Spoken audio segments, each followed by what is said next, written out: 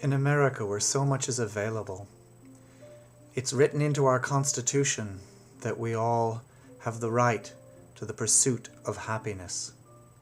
Our Constitution is founded on very noble ideals, and we are indeed one of the first countries in the world to be founded not on hereditary right, but on an ideal of human behavior and human principle.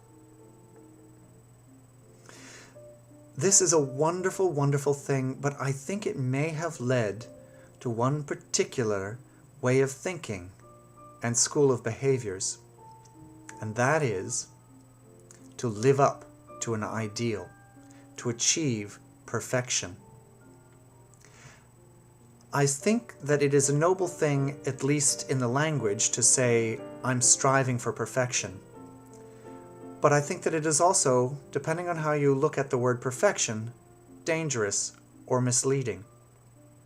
I know I myself spent many years with an image in my head of what it would be to have a perfect life.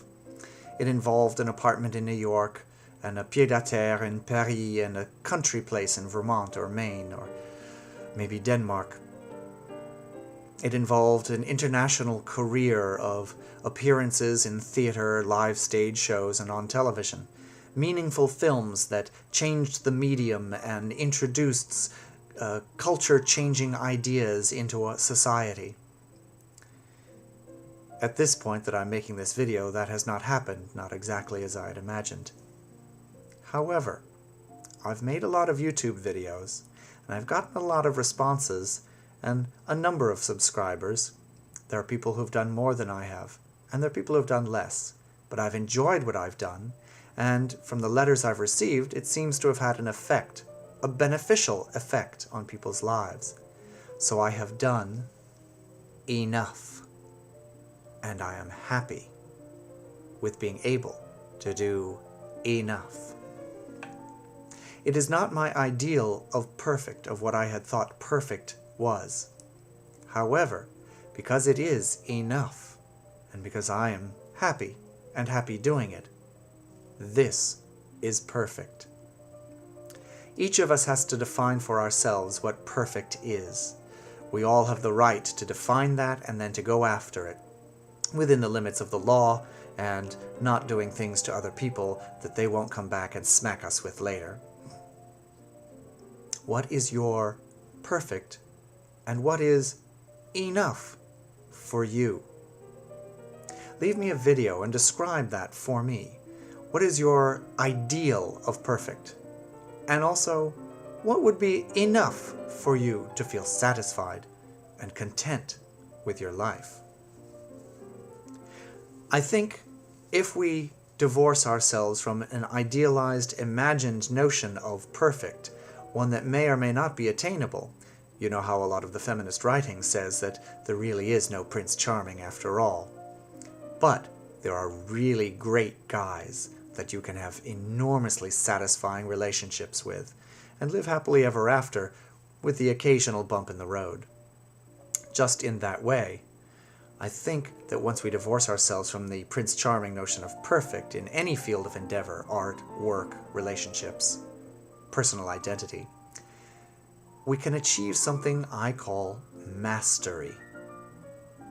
You may not achieve the apartment in Paris and the late-night talk show of your very own, but you may learn how to craft language and shape images that affect people you know and people you don't know in ways that are beneficial for them. For me, using this as my own example, this is mastering the art that Sister Unity practices. So if you can master the circumstances of your life, then you may find that enough is indeed perfect.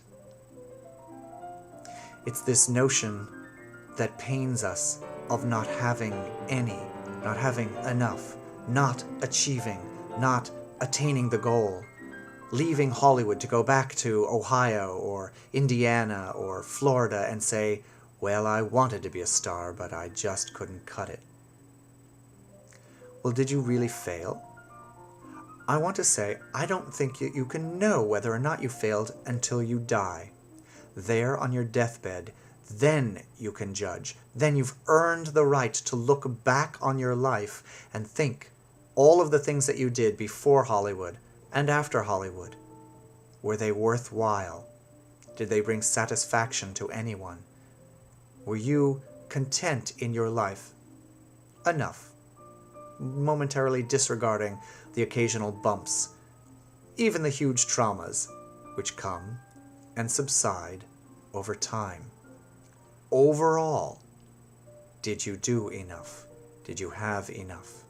Even if you didn't make it to the White House, even if you didn't make it to outer space, even if you didn't make it to the top of Everest, even if you didn't write the great American novel, even if you didn't sleep with Brad Pitt. You can begin in your daily life to perform a practice. When you feel down about yourself and your achievements and what you're doing and what you're not able to do, ask yourself, do I have enough? Am I doing enough that I can be content? Is the thing that I'm pining about not having, not achieving, going to be important to me when I die? Will I look back from my deathbed and say, oh, I didn't get that video game? How much is your enough? Master the circumstances of the life in front of you. If you do what's in front of you, it will lead you to the perfect events of your life.